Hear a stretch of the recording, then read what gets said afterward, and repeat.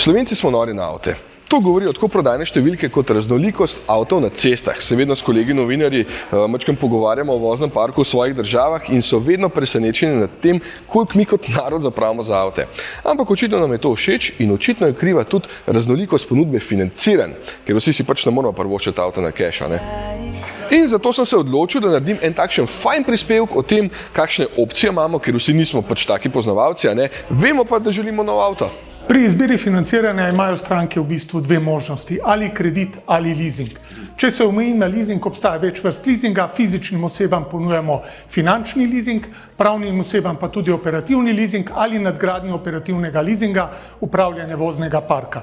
Za leasing ni potreben poln kasko, dopuščamo možnost odbitne franšize.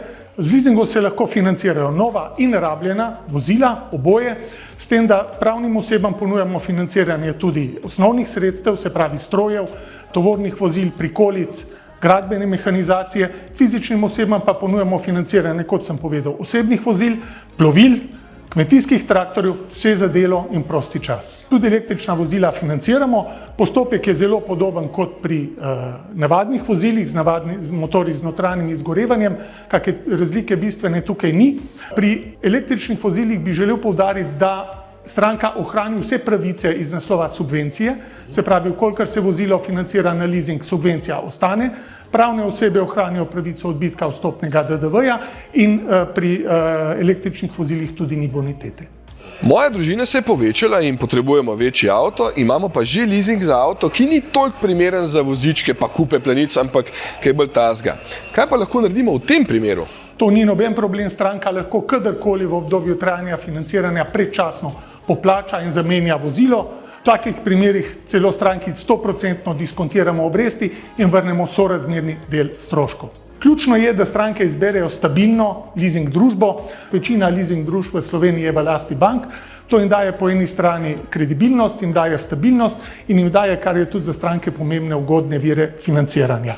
Vse leasing družbe pa morajo imeti dovoljenje Ministrstva za gospodarstvo za potrošniško kreditiranje. Na to mora biti stranka pozorna.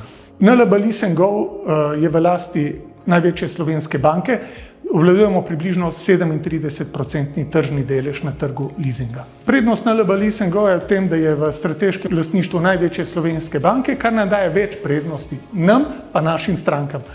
Naše prednosti prenašamo na prednosti strank, torej stabilno in kredibilno lastništvo, ugodni viri financiranja, se pravi, smo lahko tudi na trgu konkurenčni in strankam ponudimo tisto, pravzaprav, kar jim želimo ponuditi. Tretje je pa stabilnost in varnost, ki jo uspemo na tak način zagotavljati. Hitri leasing je način sklepanja leasing pogodb preko spleta. Stranka podatke vnese na splet, tam pridobi tudi ustrezne informacije, ustrezno ponudbo, zaključi se pa posel s podpisom pri dobavitelju vozil. Trg osebnih vozil v Sloveniji je nekaj čez 50.000 vozil, se proda na letni ravni, od tega se z leasingom financira približno polovica.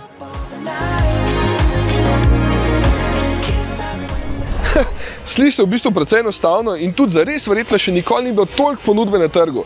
Ne samo novih avtov, tudi različnih načinov financiranja. Tako da sem mogoče vsaj komu majčkeno olajšal to odločitev, ki marsikoga spravlja v stres.